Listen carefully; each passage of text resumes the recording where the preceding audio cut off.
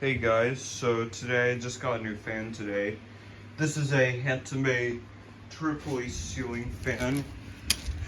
I took this down from the ceiling and I replaced it with this Hampton Bay Huntington 3 and it's stormy outside and because I'm not allowed to go outside. So this is the fan. I just took it all apart. There's the blades. It's reversible white to bleached oak blades. Yeah, it took a while for us to take it down. That's the white chain, and that's the fan side. Yeah. Anyways, I don't even know what year it's from, but I believe this is from 2004.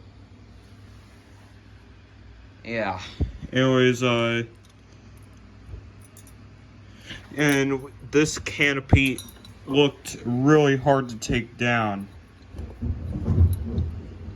Sorry, ignored the thunderstorm. Yeah, that's the bracket, and that's the canopy.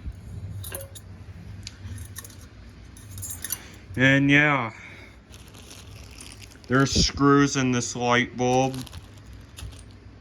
But I don't really want the light bulb, but I just had to put it in there, but I might get rid of that.